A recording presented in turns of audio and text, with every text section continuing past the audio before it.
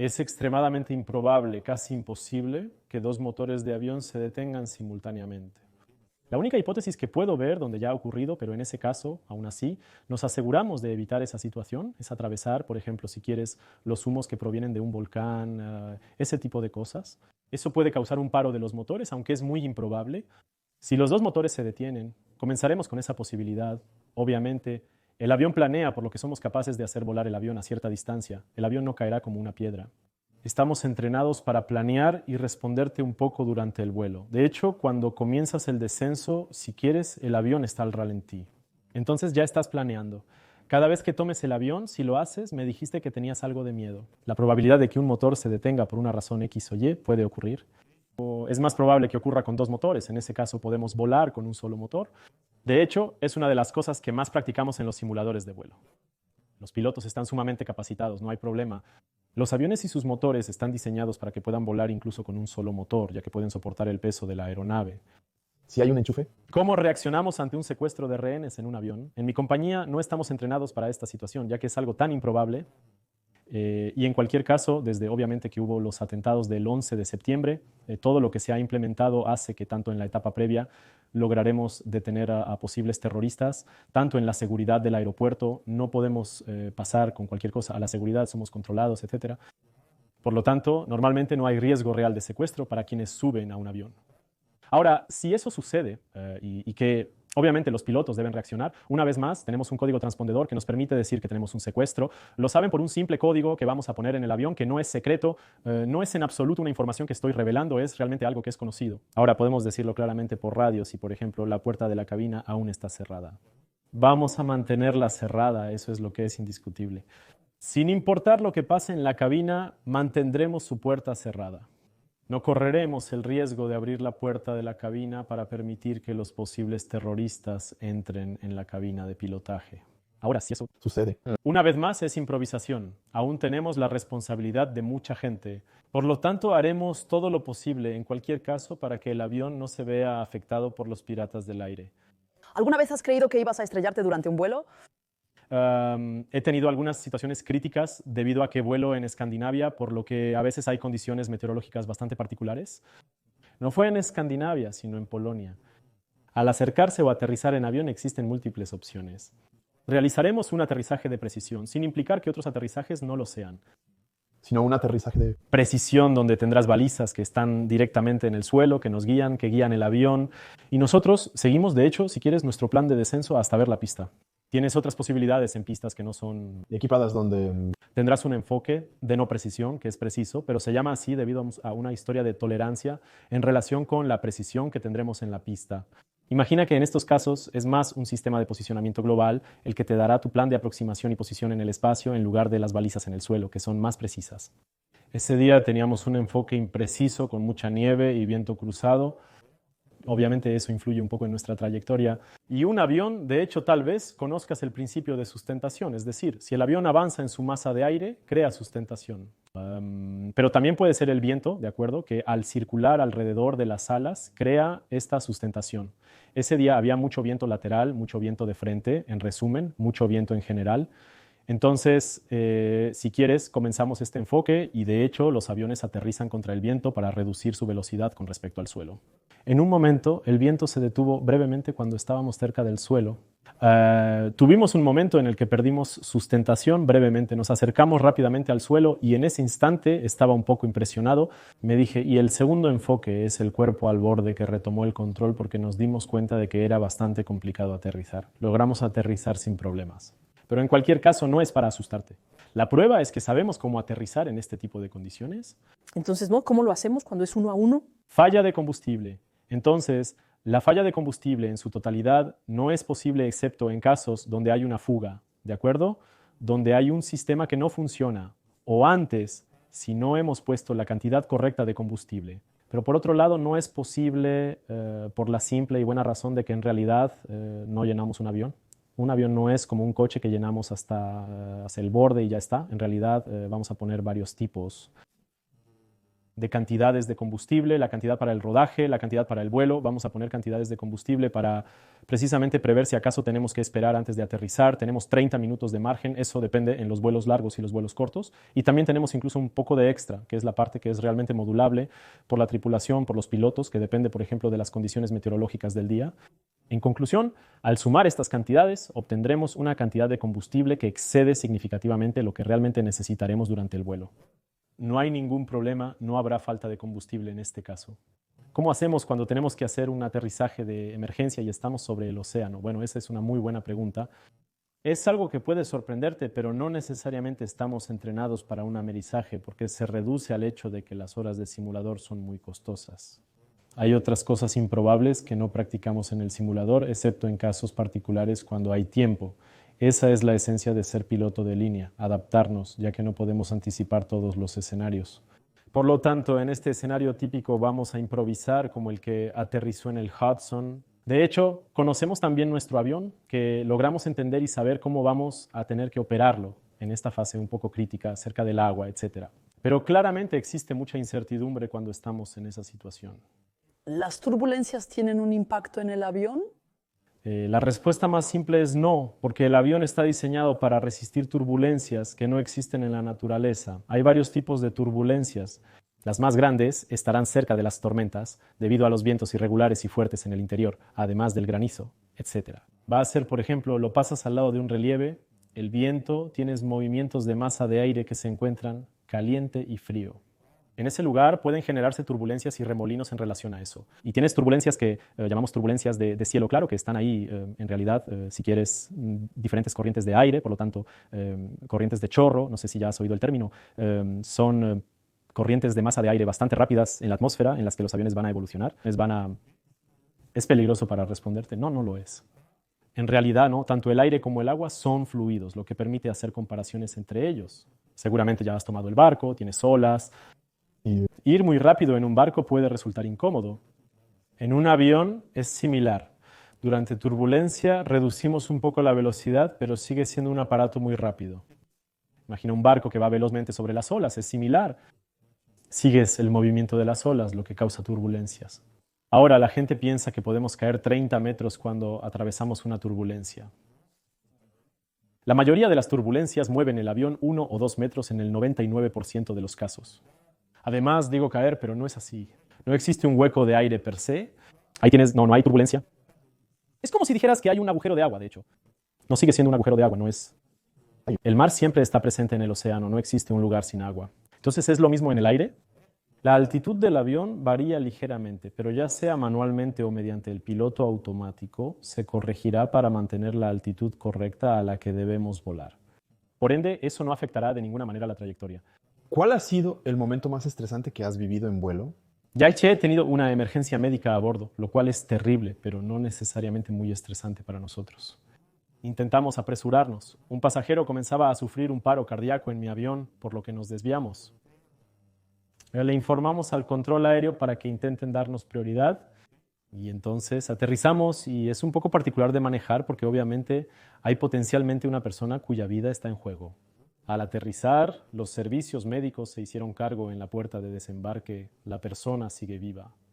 Es simplemente un día un poco más agitado que uno en el que nada puede suceder. ¿Es cierto que si un niño nace en el avión, tiene boletos de avión gratis toda su vida? No estoy completamente seguro, pero en mi opinión eso no es verdad. Sinceramente dudo que eso exista. Es algo que existía, me parece, hace algunos años. Ahora han dejado de hacerlo. Ahora lo que se puede ofrecer durante el vuelo, sé que existe un pequeño kit de nacimiento que se puede obtener o tal vez te darán una pequeña copa de champán. Así que eso es, pero no. En general, no es algo que te permitirá tener boletos gratis toda tu vida.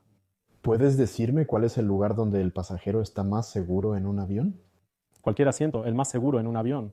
Si el avión se estrella en una posición incorrecta, no plana, no importa dónde estés sentado, desafortunadamente ya no estarás allí. Ahora, se han realizado pruebas con aviones donde se les hace estrellar. Hemos visto que los lugares más sólidos son a nivel de las alas y la cola del avión, ya que esta última estará más lejos del impacto. Ahora puedo decir que en cualquier caso, el lugar menos seguro es la cabina de pilotaje. Por lo tanto, en todos los casos, si hay un accidente, los pilotos serán los primeros en irse.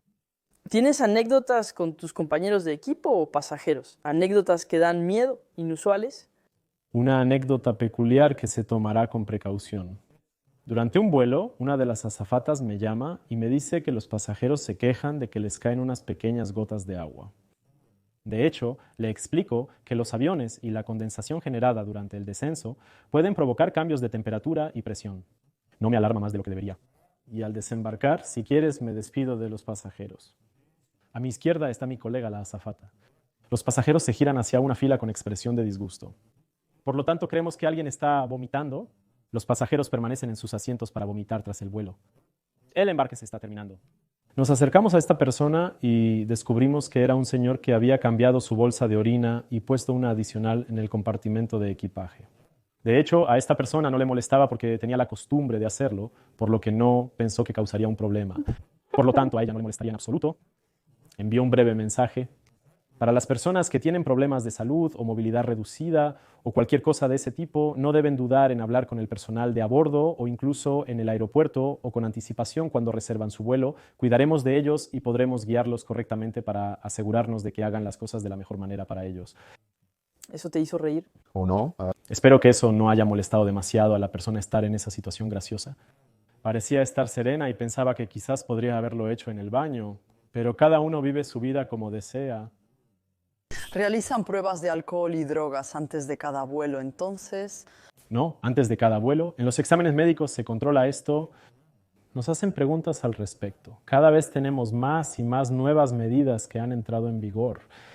Se ha reforzado precisamente en relación a todo lo que son psicotrópicos. Por ejemplo, he solicitado a una compañía, tomaron muestras de uñas o cabello para análisis. Entonces, ves, es bastante avanzado. Antes de entrar a la compañía, ¿de acuerdo? Porque de todos modos, claramente los problemas radican en la duración.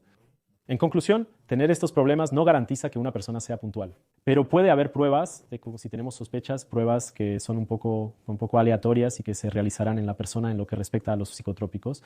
Ahora, para el alcohol es un poco más frecuente. A menudo tengo pruebas de alcoholemia y se lleva a cabo como un control en la autopista o en la carretera. Si en algún momento presentamos niveles de alcohol superiores a 0, perdemos nuestra licencia y ya no podemos volar. Por lo tanto, es un riesgo que los pilotos evitan. Tienes la posibilidad de beber durante el vuelo, de hecho. Sí, obviamente, hay un minibar, etc.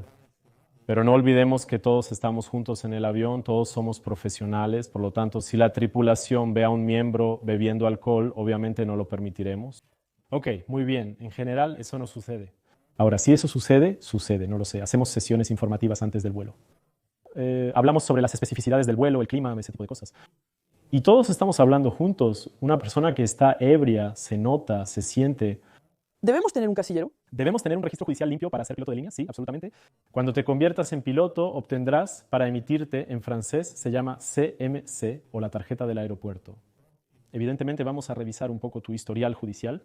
Incluso a veces te pedirán que tengas el historial judicial de los países en los que has podido residir en los últimos 5 años para asegurarse de que la persona que va a obtener la credencial y que tiene acceso a áreas sensibles del aeropuerto o en el avión no es una persona sospechosa. Las credenciales emitidas tienen distintas zonas de acceso. En general, un piloto no debe estar en la zona de equipaje, como el maletero, aunque en este caso no aplica. Pero algunas personas del aeropuerto no tienen acceso cerca del avión.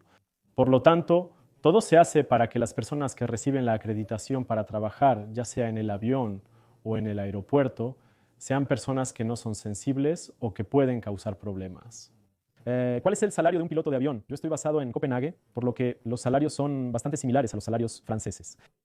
Por lo tanto, debes contar entre 4.500 y 5.500 euros netos aproximadamente, aunque también depende de las rutas que hagas y del tipo de avión que tengas, ya que algunas compañías remuneran un poco menos. Frecuentemente se indexa en relación con la masa del avión. Por lo tanto, un piloto que está en vuelos largos y en un avión más grande ganará un poco más. Al convertirse en capitán, los salarios aumentan a alrededor de 10.000 euros hasta el final de la carrera, donde un capitán puede ser instructor y acumular varios roles. En algunas compañías, los salarios para un grupo de pilotos pueden alcanzar los 20.000 euros.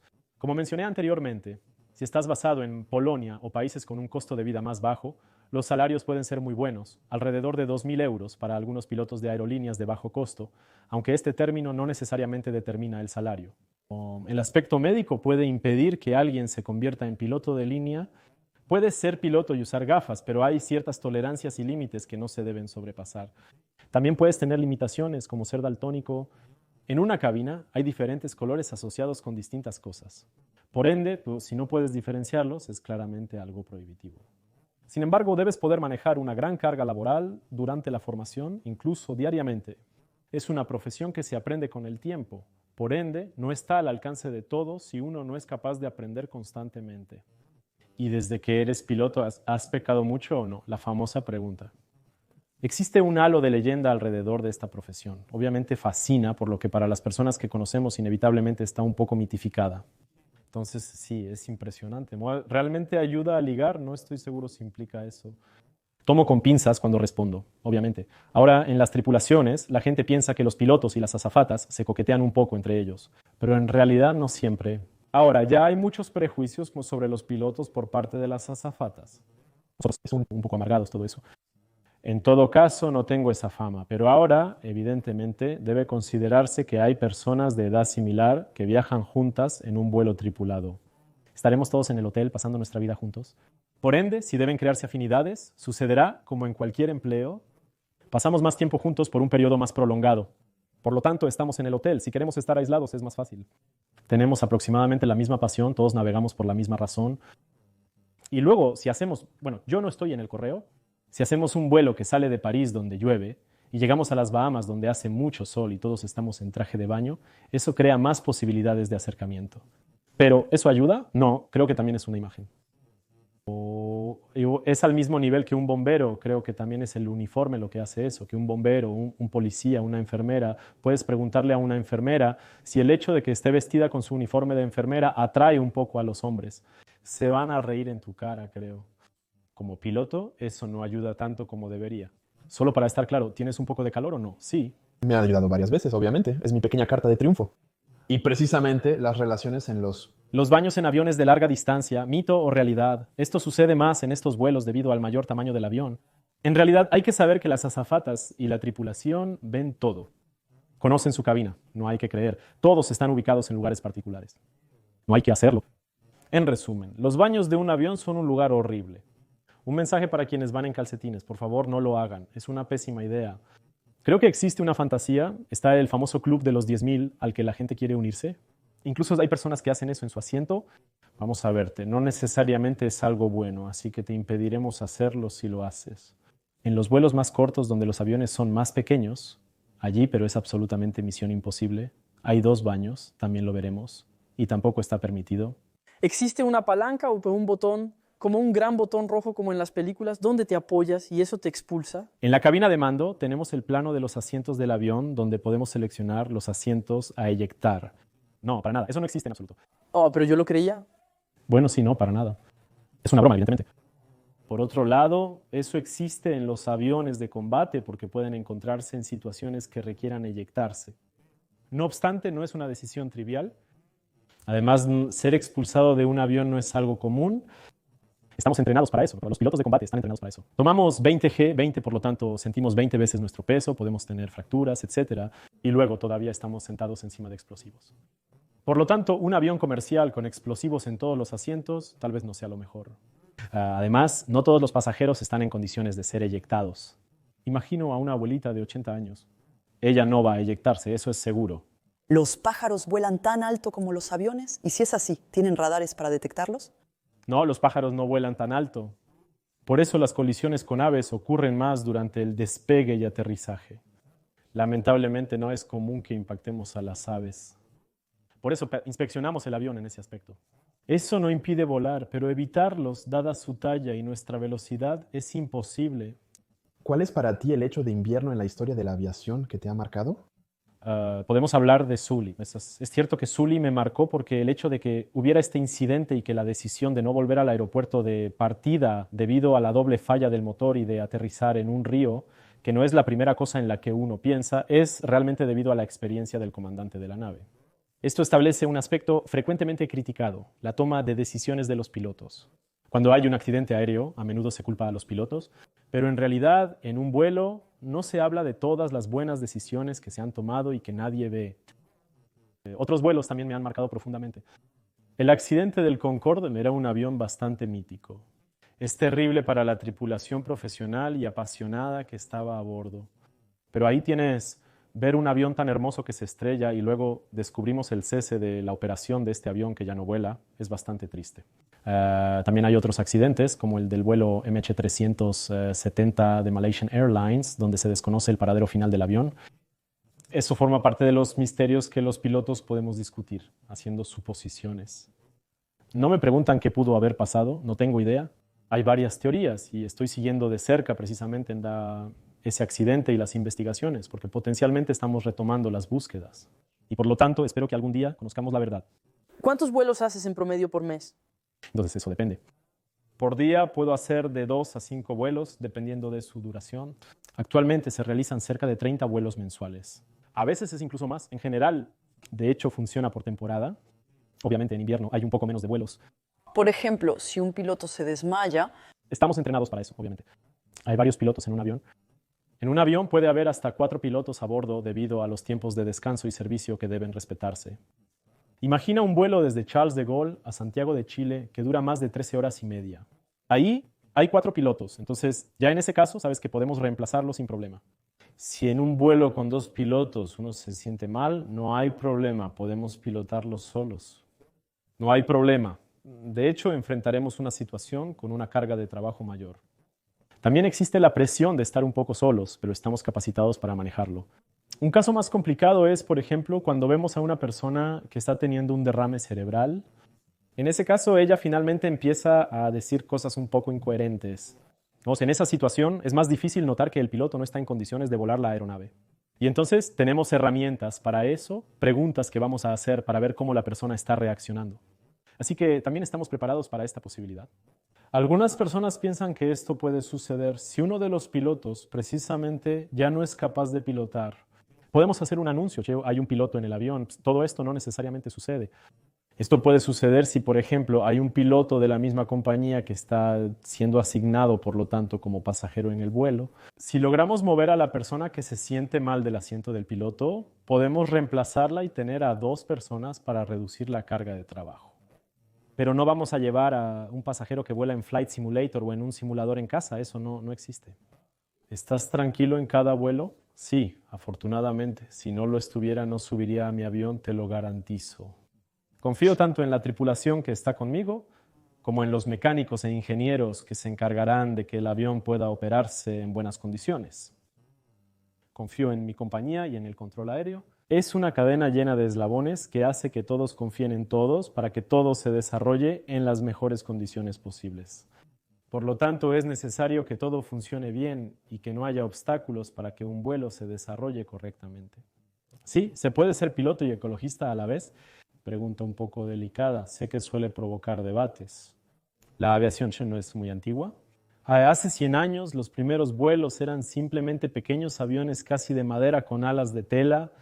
Los hermanos Wright realizaron los primeros vuelos en los que recorrieron unos 10 metros. Y ahora, casi un siglo después, podemos tener el Concorde pasó por allí. Pero cuando hablamos de aviones comerciales, tenemos aviones casi autónomos ahora, con sistemas súper avanzados. Por lo tanto, ya hay un buen avance tecnológico desde ese punto de vista. Y ahora, nos interesamos cada vez más porque no nos engañemos. La aviación contamina, pero no es lo que más contamina. Tenemos lo que llamamos ecopilotaje. Ahora, calcularemos nuestros niveles de vuelo e intentaremos hacer el rodaje con un solo motor para limitar nuestro impacto con el combustible. Los fabricantes y las aerolíneas trabajan mucho para asegurarse de tener combustibles que son un poco menos contaminantes. También tenemos aviones que se vuelven mucho más económicos, a nivel mucho menos voraces en términos de combustible, y desarrollamos sistemas como aviones eléctricos. Esto existe más en aviones turísticos, pero en aviones de pasajeros podría existir eventualmente en vuelos cortos, ya que no podemos almacenar suficiente electricidad para vuelos de larga distancia. También están los aviones de hidrógeno. Y el objetivo final, ¿cuál es? Es que para el año 2040, 2050 tengamos 0 emisiones en los aviones. Jugurta, hemos estado hablando por cerca de 1 hora. ¿Qué opinas de mí como piloto? Y también respondí a tus preguntas. Sí, me tranquiliza en el sentido de que tienes bastantes formaciones, estás supervisado. Entonces la pregunta fatídica, ¿a qué crees que me parezco? ¿Qué idea tienes de mí? Para empezar, no llevas gafas. No sé por qué, pero te imagino rubio. Basándome en tu voz, diría que estás en tus 30. ¿Tienes el cabello corto? Eres moreno, de estatura media y bastante atlético. He conocido a tantos pilotos un poco robustos, con algo de panza, así que me quedé con esa idea un poco. Pero no estoy segura en este caso. Considero que tu estatura es promedio. Creo que eres un guapo en el... Parece piloto. Entonces escucha sin sorpresas. Oh, y por supuesto, pequeña conexión. Va, está genial. Fue realmente... Genial, realmente genial. No le tengo miedo a los aviones, pero disfruto ver reportajes sobre accidentes aéreos. La gente mira y agradece.